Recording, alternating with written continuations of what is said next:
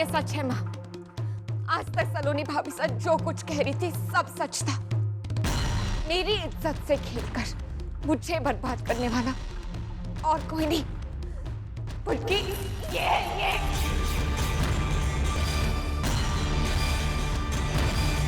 इसने मेरी जिंदगी में राजनीति का झूठा वादा किया।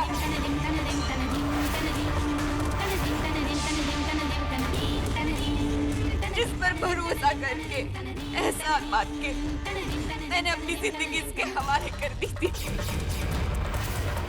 इस सच्चाई से बेखबर कि ये एक रेपिस्ट है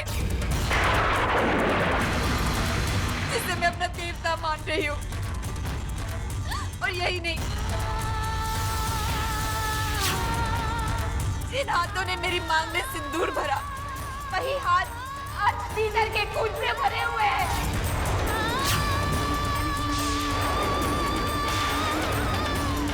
श्रीधर इसकी सच्चाई जान चुका था और उसका मुंह बंद करने के लिए इसने उसे भी मार दिया। झूठ है ये माँ, यही सच्चाई है। मेरा भी कभी ऐसा घिनौना काम नहीं कर सकता।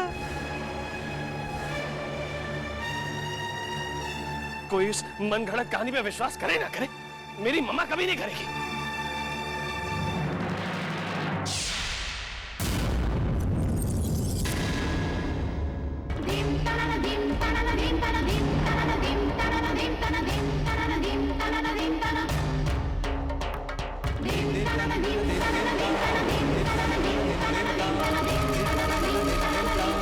बहुत दिल दुखा चुकी हूँ मैं आपका। इस बार बिना सबूत के आपके सामने आने की हिम्मत नहीं करती मैं।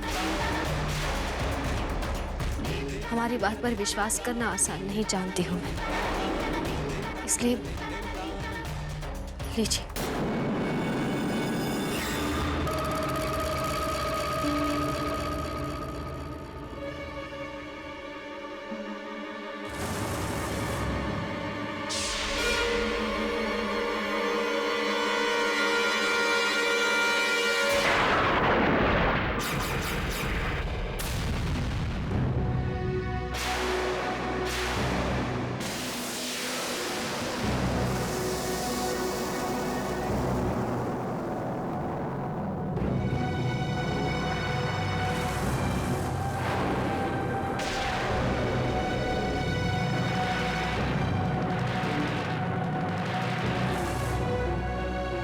ये सब झूठ है मामा, प्लीज सलोनी की बात पे विश्वास मत कीजिएगा। ये झूठ बोल रही है। बिया, तुम तो अच्छी तरह से जानती हो ना कि सलोनी हमारे बीच में दीवार खड़ी करनी चाहती है। देखो बिया, ये हमारी खुशियों को बर्बाद करना चाहती है। बिया, ये रिपोर्ट गलत है। मैं तो तुमसे कितना प्यार करता हूं, तुम ये बात अच्छी तरह से जानती हो। मैं तुम्हारे साथ ऐसे कैसे कर सकता हूं पिया?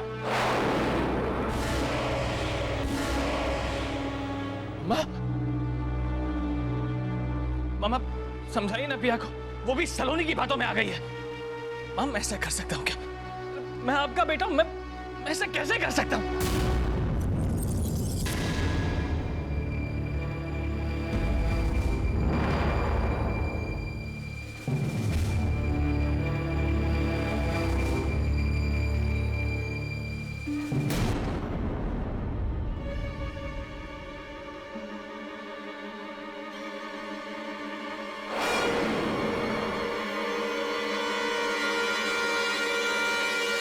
समझाइए ना मामा पिया को, आप चुप क्यों हैं?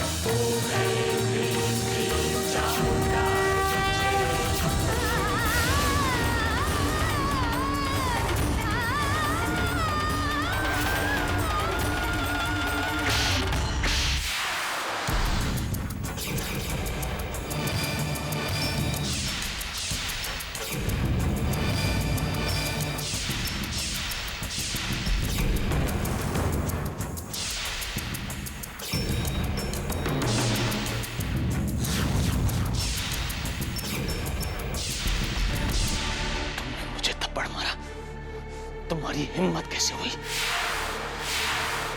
हिम्मत कैसे हुई तुम्हारी?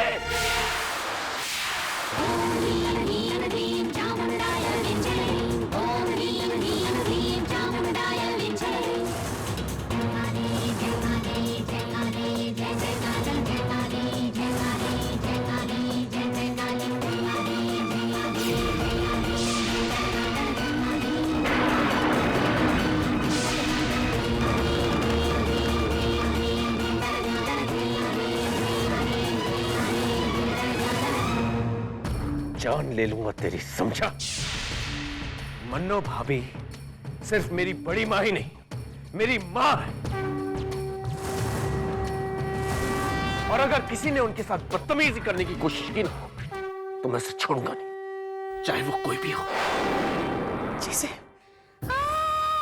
अपनी गोद में थपकियां देकर सुलाने के लिए मेरे हाथ तरसते रहे, जिसके लिए मैं जीवन भर भगवान से प्रार्थना करती रही, हे भगवान, अगर जीते जी मुझे औलाद का सुख देना तुम्हारे बस में नहीं है, तो कम से कम मेरे मरने के बाद मेरी चिता को आग लगाने के लिए मेरे बेटे को भेज देना। आज वो मेरा बेटा मुझ पर हाथ उठाएगा,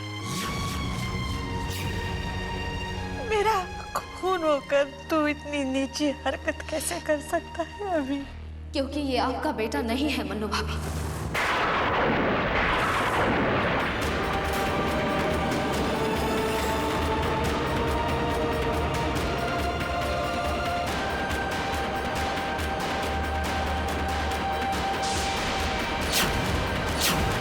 जिस माँ में पराये को अपना बनाने की क्षमता हो, जिसने जीवन भर अपना प्यार देकर दूसरों का दुख दर्द बांटा हो, उसका बेटा उसके आंचल से दूर रहकर भी इस हद तक नहीं गिर सकता मन्नू भाभी। मतलब ये मेरा बेटा नहीं, जिसे हम सब आपका बेटा समझते रहे, उसका दूर दूर तक आपसे कोई रिश्ता नहीं है।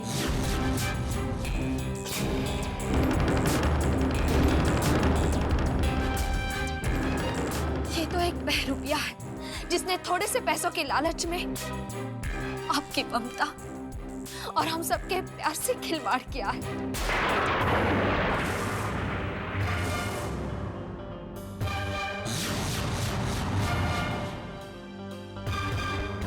यह है इसकी सच्चाई। मैंने इसकी सच्चाई जानने के लिए इसका लाइसेंस चुराया था, और मुझे पता चला कि ये मेरा भाई नहीं है। आपका बेटा बनकर ये सबको धोखा दे रहा है मन्नू भाभी। एक साथ इतने सारे कड़वे सच मेरे सामने मुतरक में सहने पाऊंगी सलोनी?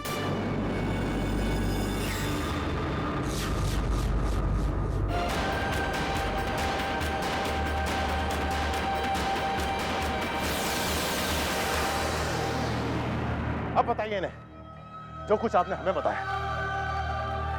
मन्नू भाभी, इस लड़के से ज्यादा बड़े गुनहगार ये हैं, आपके पति।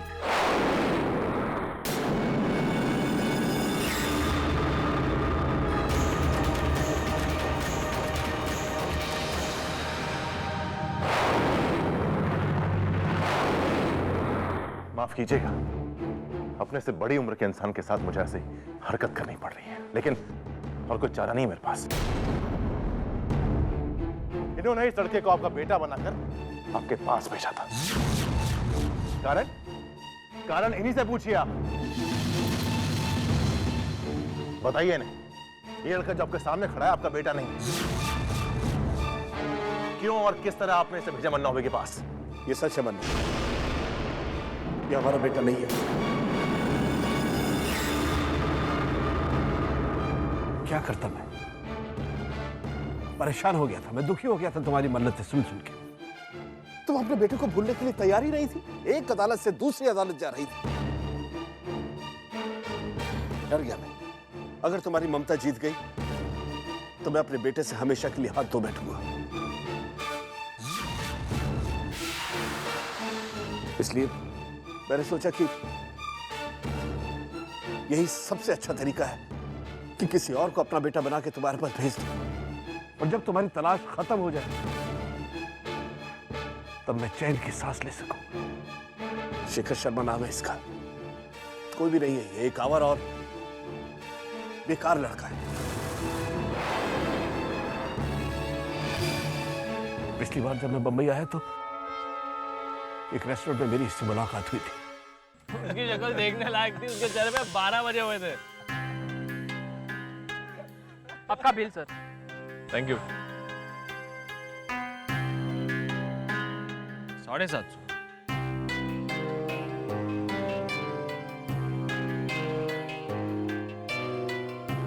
यार मेरे पास तो 300 रुपए हैं, तेरे पास कितने हैं? देखता हूँ यार।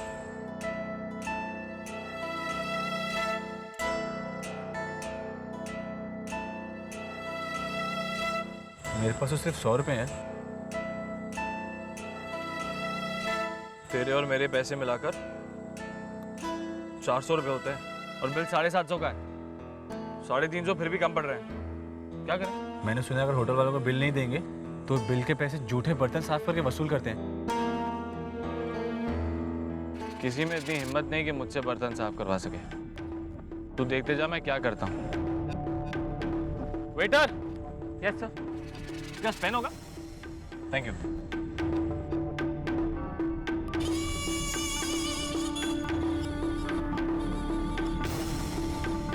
ये मैंने इस पे साइन कर दिया। तुम एक काम करना, कल मेरे डैड के ऑफिस में जाना और वहां से पैसे कलेक्ट करना। सॉरी सर, हमारे यहाँ क्रेडिट नहीं चलता है। तुमसे क्रेडिट कौन मांग रहा है? मैंने सिर्फ इतना कहा कि ये बिल जाके मेरे डैड के ऑफिस में दिखा देना, पैसे मिल जाएंगे। हिंदी समझ में नहीं आती? चल। सर अब बिल दिए बिना यहाँ से नहीं जा सकते हैं। तुम्हारी हिम्मत कैसे हुई मुझसे ऐसे बात करने की? Excuse me, sir. I'm a manager of this restaurant. May I know what's the problem? तो आप हैं यहाँ के मैनेजर, बहुत अच्छी तरह से मैनेज करते हैं आप अपने स्टाफ को, जिसे इतनी तमीज नहीं कि कस्टमर से कैसे बात की जाती है। लेकिन सर बात क्या है? बात बहुत छोटी सी। मैं पैसे लाना भूल गया, इसलिए मैंने बिल पर साइन करके इससे कहा कि मेरे डैड के ऑफिस से जाके पैसे कलेक्ट कर ले। तो इसने मुझसे कहा कि बिना बिल पे किए मैं यहाँ से नहीं जा सकता। He's right, sir. आपको बिल तो पे करना ही होगा। तुम जानते नहीं तुम किससे बात कर रहे हो? इस शहर के पुलिस कमिश्नर के बेटे से। ठीक है, तुम्हें बिल चाहिए ना? कोई बात नहीं, अब मेरे डैड यहाँ पर आकर ये बिल पे करेंगे। फोन दे यार। सर रुक जाइए। क्यों इतनी छोटी सी बात के लिए कमिश्नर साहब को तकलीफ दे रहे हैं? भूल जाइए ना बिल को, आप बैठिए ना सर। No thanks. सुशांत, अगली बार मुझे याद दिलाना कि हमें इस रेस्टोरेंट में नहीं आना है।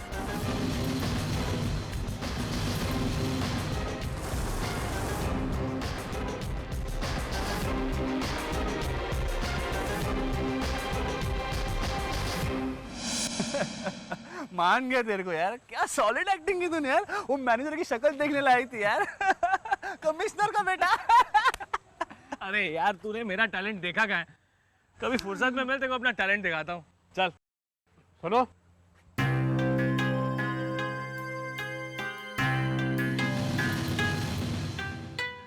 मुझे तुमसे कुछ बात करनी है। मुझसे बात करनी है तो बोलिए। अकेले।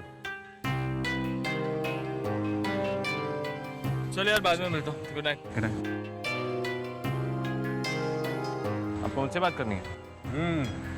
मैं तुम्हारी एक्टिंग टैलेंट को इस्तेमाल करना चाहता हूँ। मेरे लिए काम करोगे? कैसा काम?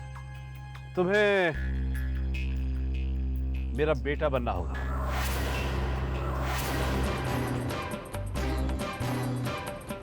इस उम्र में मुझे गोद लेंगे? ऐसा ही समझ लो भाई। जिस तरह तुमने रेस्टोरेंट के अंदर उस कमिश्नर का बेटा बनने का नाटक किया, मैं चाहता हूं कि दुनिया के सामने तुम मेरे बेटे बनने का नाटक करो, और खास तौर से मेरी पत्नी के सामने। मैं चाहता हूं कि तुम उसके साथ मेरा बेटा बन के रहो। आप अपनी बीवी के सामने मुझे अपना बेटा बनाकर लेके जाना चाहते हैं? आपकी बीवी अंधी है क्या? वो मुझे पहचानेगी नहीं? नहीं पहचानेगी, क्योंकि जब मेरा बेटा उसकी गोद में था तब मैंने उसे उससे अलग कर दिया था। इसलिए वो नहीं जानती कि वो कौन है और कैसा दिखता है। पलकों पे रखेगी तुम्हें, ऐश हो जाएगी जिंदगी भर के लिए।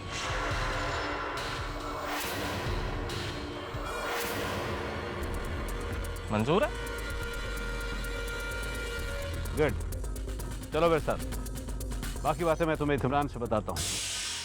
और इस तरह से मैंने अपना बेटा बना के यहाँ पे भेज दिया, लेकिन मेरी बात का यकीन करो बन्नू, उसके बाद जहां जो कुछ भी यहाँ पे हुआ उसमें मेरा कोई कसूर नहीं।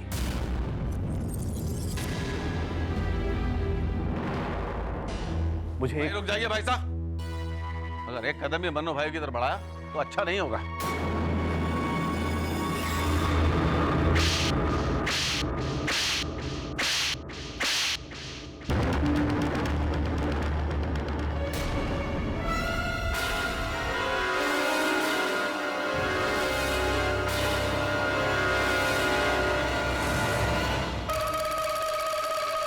एक मासूम लड़की की जिंदगी की बर्बादी बनने के बाद भी आपकी ये हिम्मत है कि आप कहें कि आपका कोई कसूर नहीं है।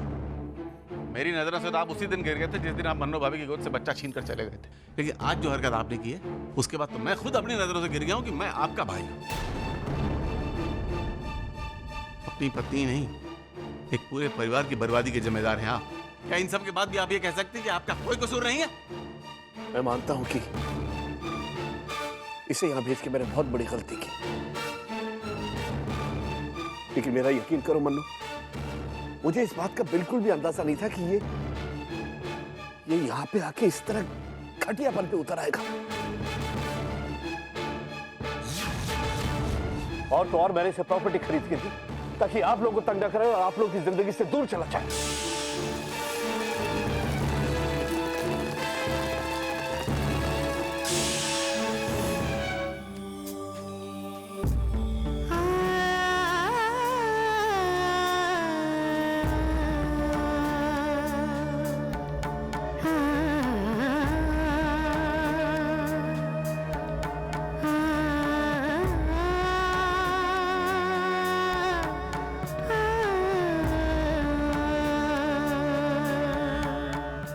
और उस दिन से अभी पर मेरा शक और पक्का हो गया। मैंने अभी की हर हरकत पर और सावधानी से नजर रखने की कोशिश की, और इसमें मेरा साथ दिया भाभू और नाहर ने। इस अभी ने अगर अपना मुंह खोला तो उसके साथ साथ हम भी बर्बाद हो जाएंगे। क्या मुसीबत लेकर आई है ये सलोनी। ये बहुत चालाकी से अपना खेल खेल रहा था। यही वजह थी कि पहले भाई साहब को हमारी बात पर यकीन नहीं हुआ, लेकिन ईश्वर की कृपा से इसके दिल्ली से लौटने से पहले ही भाई साहब को अपनी गलती का एहसास हो गया और उन्होंने हमारा साथ देने का फैसला किया। भाभो को हार्ट अटैक आने की खबर भी भाई साहब का ही प्लान था, ताकि पिया को डीएनए टेस्ट के लिए जयपुर ले जाया जा सके। मैं शर्मिंदा हूं कि मैंने नाहर और सलोनी की बात पर विश्वास नहीं किया। अगर मैंने सलोनी की बात मान ली होती तो आज मेरी बहन की मांग में इस नीच का सिंदूर नहीं होता। आज इसके किए हर गुनाह का हिसाब चुकाना होगा इसे।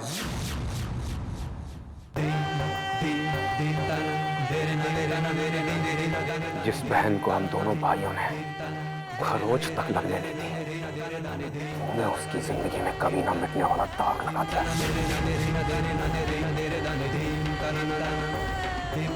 और इसकी कीमत तुझे अपनी जान से चुकानी पड़ेगी। ब्रिजेश, छोड़ दे इसे। इसे सजा देना हमारा नहीं, कानून का काम है। ये हमारा गुनहगार है बाबू, कानून का नहीं। इसे हम अपने हाथों से मारेंगे। ब्रिजेश, पागल मत बन, रोक ले अपने आप को। मैं नहीं चाहती कि देश में आके ऐसी कोई भी हरकत करे कि मुझे तुझे जेल की सलाखों के पीछे देखना पड़े। कानून इसे क्या सजा देगा? ज्यादा से ज्यादा 1-1.5 साल। उसके बाद वो फिर से छूट जाएगा, फिर से किसी माँ की ममता के साथ खिलवाड़ करेगा, फिर से किसी मासूम के दामन पर दाग लगाएगा। कानून इसे कोई सजा नहीं दे सकता है। इसकी तो सिर्फ एक ही सजा है, मौत। मार डालना चाहिए ऐसे अहमाल को, मार डालना चाहिए। छोड़ेंगे नहीं इसे, इसे तो सजा हम देंगे।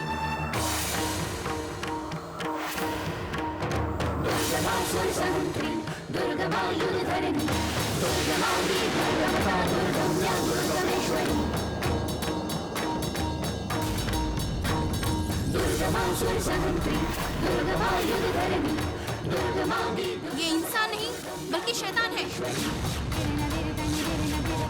इसने एक औरत की कोख से जन्म लेने के बाद भी एक औरत को ही धोखा दिया।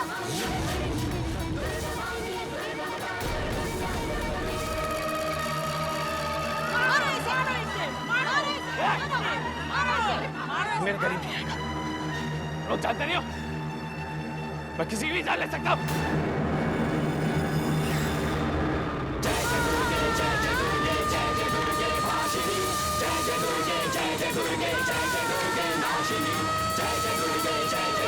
अभी इससे पहले कि तुम कुछ सफाई देते और हमें अपने साथ ले डूबते, हमने तुमको रास्ते से हटा दिया। यही तुम्हारा इनाम है।